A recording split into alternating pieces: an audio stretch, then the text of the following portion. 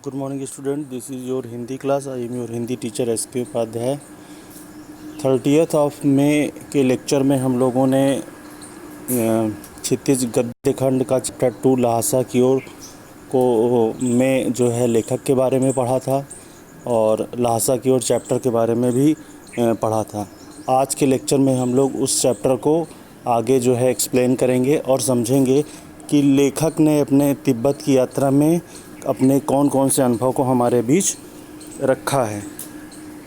आज के लेक्चर में स्टूडेंट आगे चलते हैं। प्रत्यक्त चीनी किले से, प्रत्यक्त का मतलब त्यागा हुआ, चीनी किले से जब हम चलने लगे, मतलब लेखक चलने लगा, तो एक आदमी राहदारी मांगने आया। राहदारी का मतलब एक तरीके से जिसको कह सकते हैं कि गुंडा टैक्स समझ लें। हमने वह दोनों चीटें उसे दे दी। शायद उसी दिन हम थोडला के पहले के आखिरी गांव में पहुंचे थे। वहां का गांव का नाम था। यहाँ भी सुमत के जान पहचान के आदमी थे।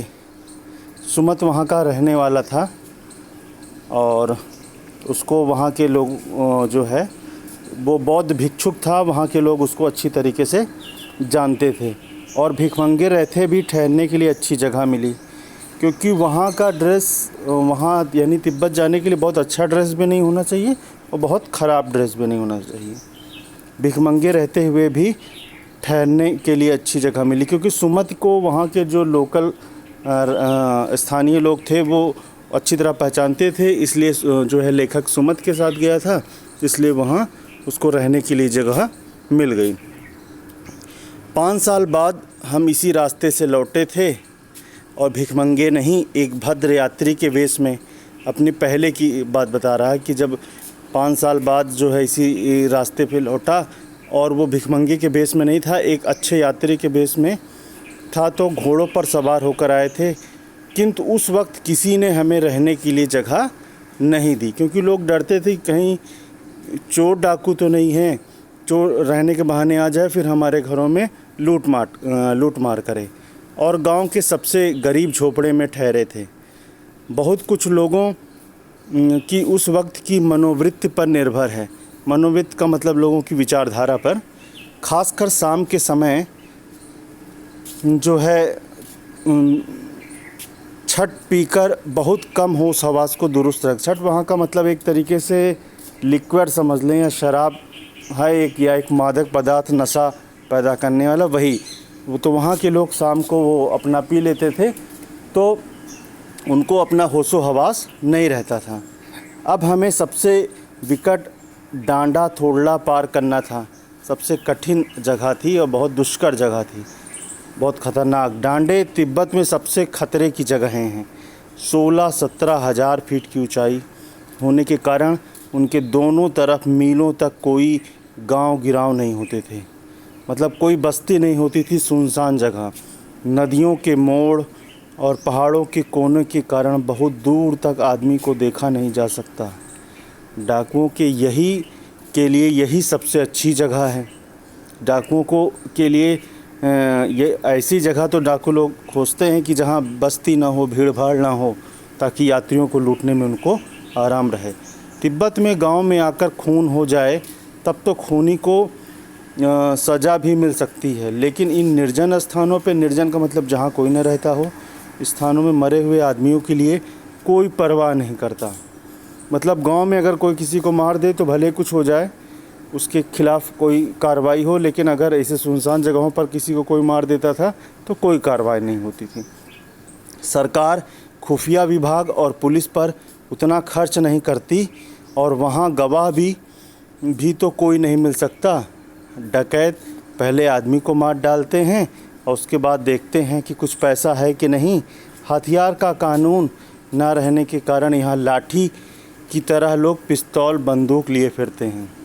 वहाँ मतलब कोई पुलिस की, नागरिक सुरक्षा की कोई व्यवस्था नहीं थी और लोग अपनी सुरक्षा स्वयं करते थे। अपनी सुरक्षा के लिए वो अपना पिस्तौल और बंदूक लेकर के चलते थे। जैसे पुराने के समय में लोग लाठी और डंडे लेकर के चलते थे, वैसे उतने समय लेखक बता रहा है कि लोग अपनी सुरक्षा के लिए पिस्तौल और बंदूक लेकर के घूमते थे। डाकू यदि जान से न मारे तो खुद उसे अपने प्राणों का खतरा है, क्योंकि लोगों के पास भी हथियार होता था। गांव में हमें मालूम हुआ कि पिछले ही साल थोडला के पास खून हो गया।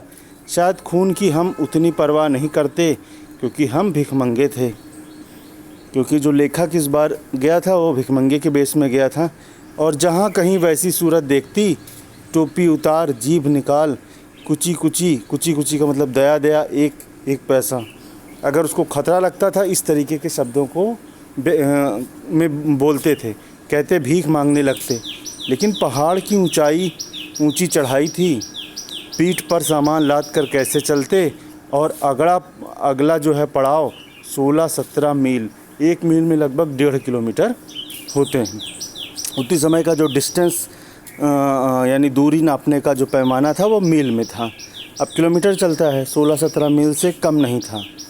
मैंने सुमत से कहा कि यहाँ से लड़कोर तक के लिए 2 घोड़े कर लो, क्योंकि जो पहाड़ी इलाकों में रास्ते होते हैं सकरे होते हैं, तो वहाँ घोड़े और खच्चर की सहायता से लोग अपनी यात्रा को तय करते हैं।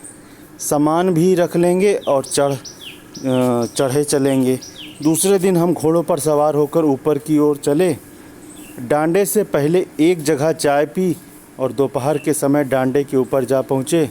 हम समुद्र तल से, कोई भी जो दूरी नापी जाती है ऊंचाई, वो समुद्र तल से नापी जाती है। हम समुद्र तल से 17-18 हज़ार फीट ऊँचे खड़े थे। हमारी दक्षिण का मतलब दक्षिण तरफ पूरब से पश्चिम की ओर हिमालय के हजारों श्वेत शिखर चले गए थे। मतलब हिमालय की चोटियों की बात कर रहा है। भीठे की दिखने वाले पहाड़ बिल्कुल नंगे थे, ना वहाँ बर्फ़ की सफ़ेदी, ना किसी तरह की हरियाली। उत्तर की तरफ बहुत कम बर्फ़ वाली चोटियाँ दिखाई पड़ती थी। सर्वोच्च स्थान पर डांडे के देवता का स्थान था, यानी जो सबसे ऊंचा स्थान था वहाँ के जो स्थानीय देवता थे उनका स्थान था, जो पत्थरों के ढेर, जानवरों की सींगों और रंग बिरंगे कपड़ों की झाड़ियों से सजाया गया था। अब हमें बराबर उतराई पर चलना था। चढ़ाई तो कुछ दूर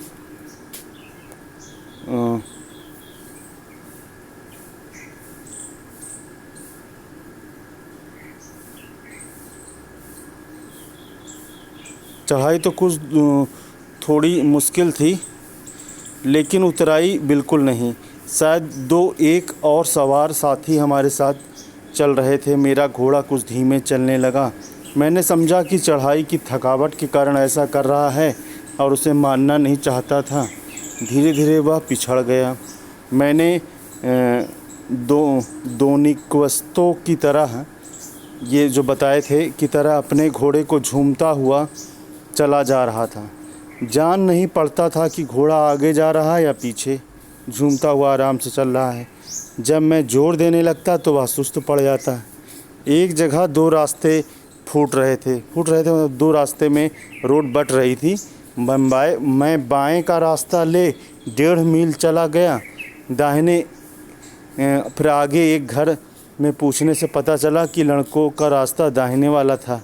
फिर लौटकर उसी को पकड़ा।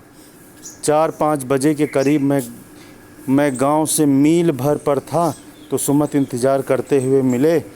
और सुमत क्या था, एक मंगोल था, तो मंगोलों का मुंह वैसे ही लाल होता है। अब तो वह पूरे गुस्से में थे। उन्होंने कहा, मैंने 2 टोकरी कंडे फूंक डाले, 3 बार चाय को गर्म किया। मैंने बहुत नरमी से जवाब दिया, लेकिन मेरा कसूर नहीं है मित्र, देख नहीं रहे हो कैसा घोड़ा मुझे मिला है।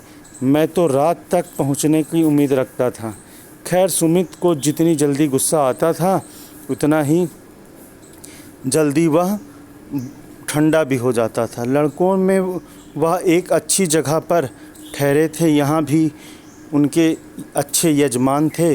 पहले चाय सत्तू खाया गया, रात को गर्मा गर्म थुक्पा मिला। वहाँ का व्यंजन है थुक्पा। थैंक यू स्टूडेंट, आज के लेक्चर में इतना ही रखते हैं, फिर कल के लेक्चर में और आगे रखेंगे।